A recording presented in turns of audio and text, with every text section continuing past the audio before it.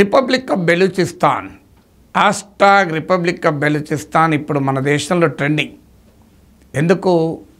మనకు పాకిస్తాన్తో ఘర్షణ జరుగుతున్న సమయంలో పాకిస్తాన్ గడగడలాడిస్తున్న బెలూచిస్తాన్ మనకు జబర్దస్త్ దోస్తాన్ అయిపోయింది. మీకు కొన్నేళ్ల క్రితం భారత ప్రధానమంత్రి నరేంద్ర మోడీ కూడా రెడ్ ఫోర్ట్ నుంచి చేసిన ప్రసంగంలో కూడా బెలూచిస్తాన్ గురించి ప్రస్తావించాడు. సో బెలూచిస్తాన్ పాకిస్తాన్ నుంచి విడిపోతుంది అనే ప్రకటనలు కూడా వస్తున్నాయి. Baloch liberation army, Baloch rebels మేము స్వతంత్ర దేశం అయ్యాం, మాకు పాకిస్తాన్తో సంబంధం లేదు, మమ్మల్ని గుర్తించండి అంటూ ఇండియాను కోరింది. భారతదేశంలో మా రాయబార కార్యాలయం ఎంబసీ పెట్టుకోనివ్వండి, మీరు మేము కలిసి పాకిస్తాన్ ప్రభుత్వాన్ని కూలుద్దాం. ఇది బెలూచ్ లిబరేషన్ ఆర్మీ ఇస్తున్న పిలుపు. బెలూచ్ బిఎల్ఏ స్పోక్స్ పర్సన్లు, బెలూచ్ తిరుగుబాటుదారుల ప్రతినిధులు మన జాతీయ టీవీ ఛానళ్ళకు వచ్చి కూడా చెప్తున్నారు, పాకిస్తాన్ ఒక దుర్మార్గమైన దేశం, పాక్ ఆక్రమిత కాశ్మీర్ను ఇండియా కైవశం చేసుకోవాల్సిందే, పీఓకేను ఇండియా అక్యుపై చేసుకోవాల్సిందే, మేము కూడా సహకరిస్తాం, భారతదేశము బెలూచిస్తాన్ కలిసి పాకిస్తాన్ సంగతి తేలుద్దాం అంటున్నారు. ఇది చాలా వినసొంపుగా ఉంటుంది, మనకు చాలా రుచికరమైంది. ఎందుకంటే బెలూచిస్తాన్ గనక విడిపోతే పాకిస్తాన్ దివాలా తీస్తుంది. అందుకే పాకిస్తాన్ నాయకులు both army and political are simply shivering down the spine. ఎక్కడ బెలూచిస్తాన్ జారిపోతుందోనని వెన్నులో వణుకు పుడుతోంది పాకిస్తాన్ వారికి. ఎందుకు మరి బెలూచిస్తాన్ అంత ఇంపార్టెంటు? మీరు పాకిస్తాన్ మ్యాప్ గూగుల్లో చూడండి, ఈ మ్యాప్లో బెలూచిస్తాన్ మీకు కనబడుతుంది. అతిపెద్ద రాష్ట్రం, పొలిటికల్ మ్యాప్ పాకిస్తాన్ చూస్తే. సో అతిపెద్ద రాష్ట్రం అంటే పాకిస్తాన్ వైశాల్యంలో, ల్యాండ్ ఏరియాలో 44% బెలూచిస్తానే.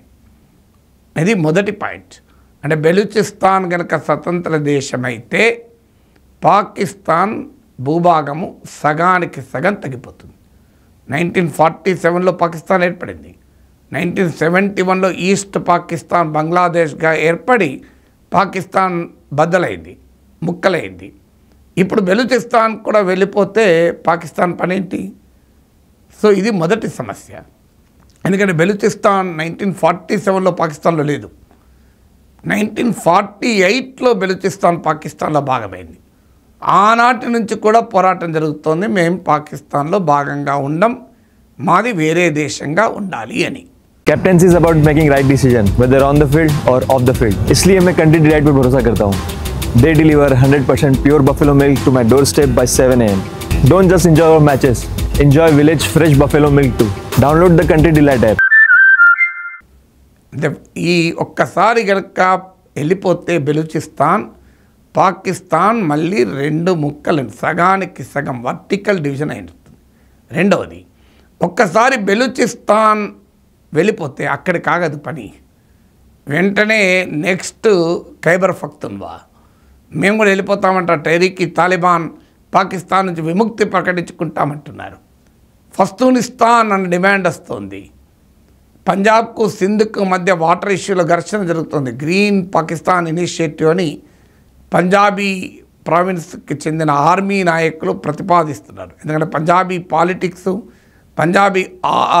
పాకిస్తాన్ పాలిటిక్స్, పాకిస్తాన్ ఆర్మీకి పంజాబీసే నాయకత్వం వేస్తారు. షరీఫ్లు, మునీర్లు అంతా అక్కడి నుంచే. సో గ్రీన్ పాకిస్తాన్ ఇనిషియేటివ్ను సింధ్లో వ్యతిరేకిస్తున్నారు.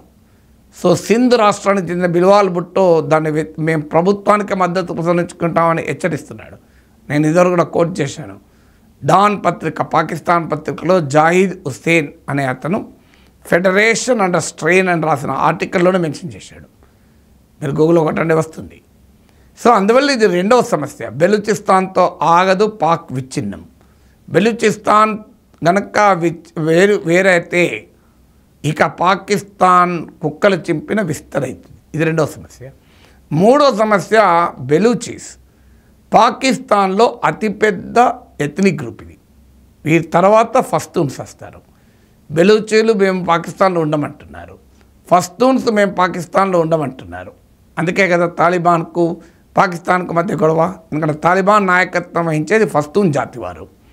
So durian line Pakistan Afghanistan divide చేస్తుంది. ఈ డ్యూరాన్ లైన్కు అటువైపు ఇటువైపు పస్తూన్ జాతి వాళ్ళు ఉంటారు.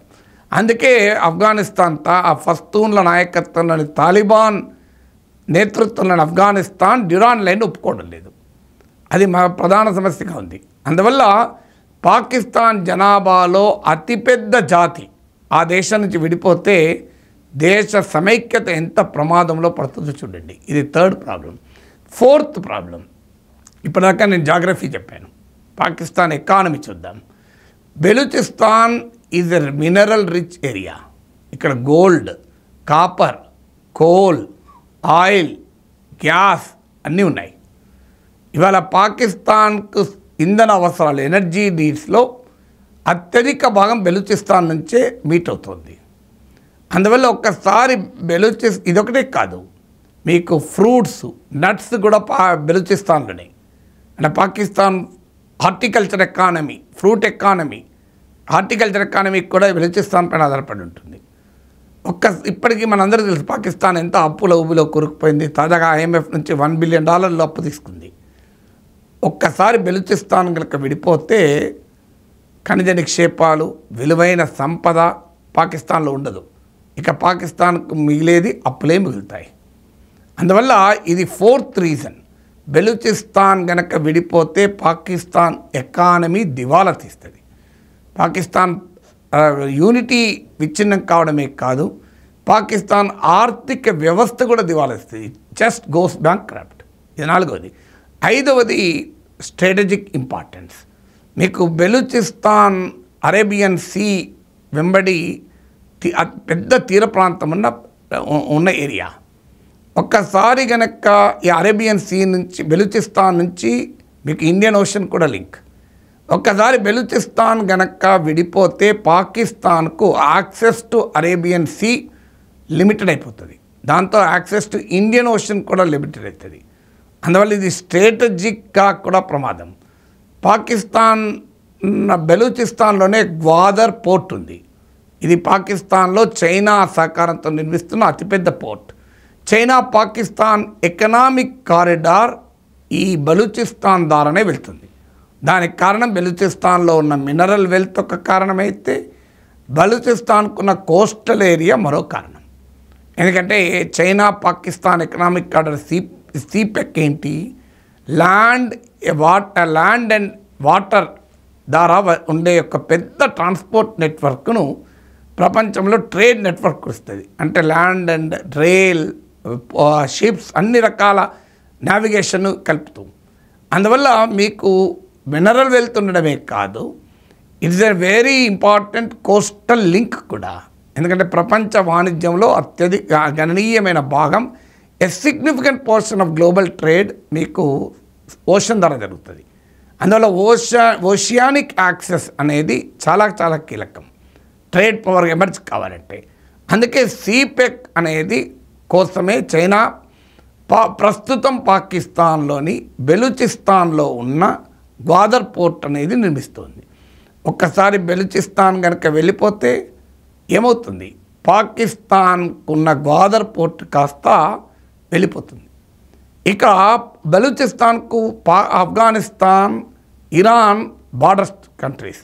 అంటే ఒక రకంగా పాకిస్తాన్, ఇరాన్ అండ్ ఆఫ్ఘనిస్తాన్ల మధ్య ఒక బఫర్ ప్రాంతం ఇది.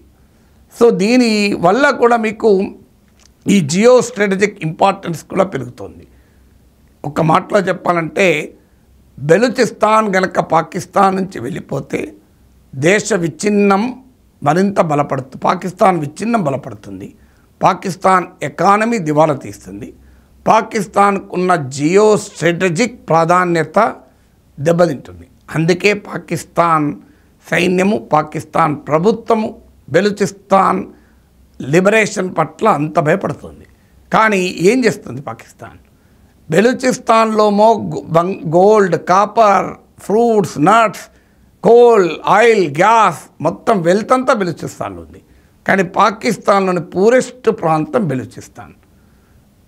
పాకిస్తాన్కు కావాల్సిన విలువైన ఖనిజ నిక్షేపాలు బెలూచిస్తాన్ ఇస్తుంటే పాలకవర్గం బెలూచిస్తాన్కి ఇచ్చేది మిలిటరీ పోస్టులు, కిడ్నాప్లు, మర్డర్లు, అత్యాచారాలు, భయంకరమైన నిర్బంధం. అంటే పాకిస్తాన్ బలంగా తొక్కిపెట్టాలని బెలూచిస్తాన్ చూస్తున్న కొద్దీ బెలూచిస్తాన్ పాకిస్తాన్ నుంచి విడిపోవటానికి అంతే బలంగా, కావాలంటే అంతకన్నా ఎక్కువ బలంగా ప్రయత్నిస్తుంది. తాజాగా జాఫర్ ఎక్స్ప్రెస్ అని ఒక ట్రైన్నే కిడ్నాప్ చేశారు. 400 మందిని బందీలో తీసుకున్నారు. ప్రపంచంలో మనం బస్సుల కిడ్నాప్ చూసాం, మావోయిస్టులు చేసినవి గతంలో. ప్లేన్లు కిడ్నాప్ చేసాం, టెర్రరిస్టులు చేసింది. ట్రైన్ కిడ్నాప్ అనేది మన సినిమాలలో చూస్తాం. సో అది పాకిస్తాన్లో జరుగుతుంది, అన్ని వింతలు పాకిస్తాన్లో జరుగుతాయి. సో అందుకే బెలూచిస్తాన్, రిపబ్లిక్ ఆఫ్ బెలూచిస్తాన్ అంటే భారతదేశంలో ట్రెండింగ్, పాకిస్తాన్ ఏమో బెండింగ్.